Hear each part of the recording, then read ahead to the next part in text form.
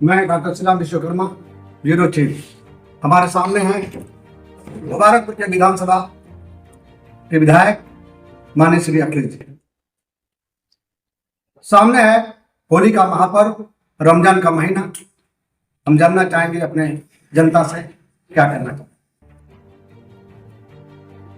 सबसे पहले अपने विधानसभा के साथ ही समस्त देशवासियों को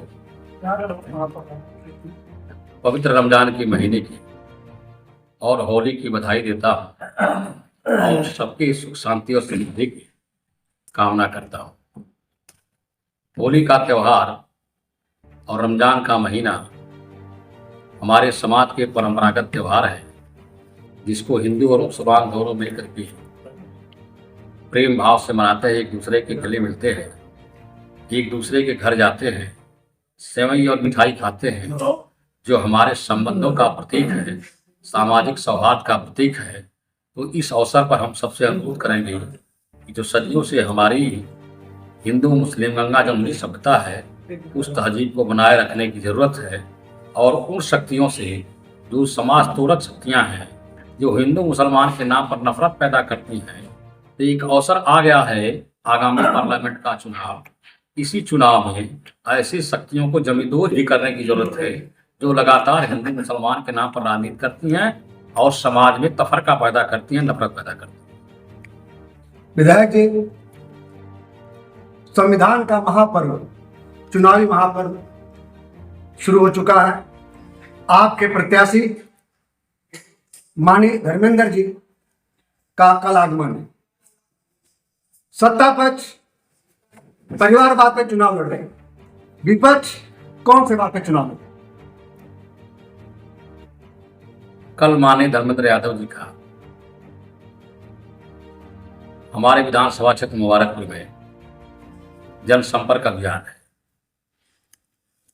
वह 10 बजे हमारी विधानसभा में प्रवेश करके सागर से अपनी जनसंपर्क यात्रा शुरू करेंगे और भिन्न भिन्न बाजारों में होते हुए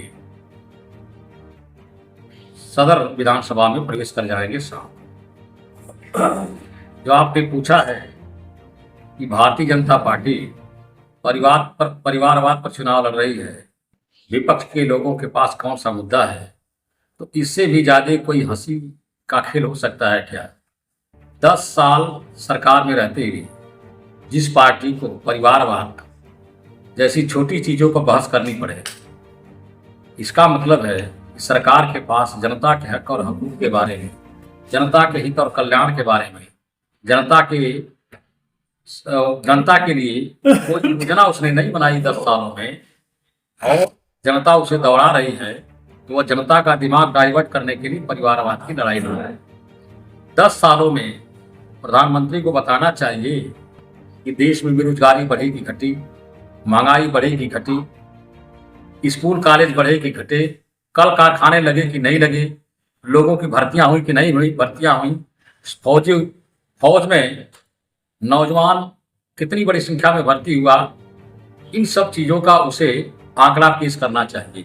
ये मुद्दे होने चाहिए राजनीति। लेकिन भारतीय जनता पार्टी ने हिंदू मुसलमान के अलावा दूसरा कोई काम नहीं किया 10 सालों में। नौजवानों का भविष्य अंधेरे में है। यहाँ हमारे देश के अंदर, विशेष रूप से उत्तर प्रदेश के अंदर, ले दे के मध्यम श्रेणी और गरीब किसान मजदूरों के बेटे सिपाही और फौज में भर्ती होते हैं। सिपाही की तैयारी करते हैं, 4-5 साल तैयारियों के बाद परीक्षा होती है, मेहनत से परीक्षा भी देते हैं, और परीक्षा कस से जब बाहर आते हैं तो उन्हें समाचार मिलता है कि आपका पर्चा आउट हो गया था, पेपर लीक हो गया था और परीक्षा रद्द कर दी गई।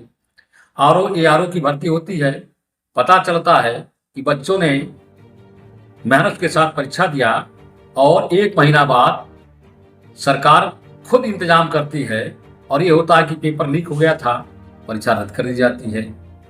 फौज में लोग भर्ती होते थे थोड़े से ही सही, लेकिन लोग एक सुरक्षित भविष्य मान करके चलते थे।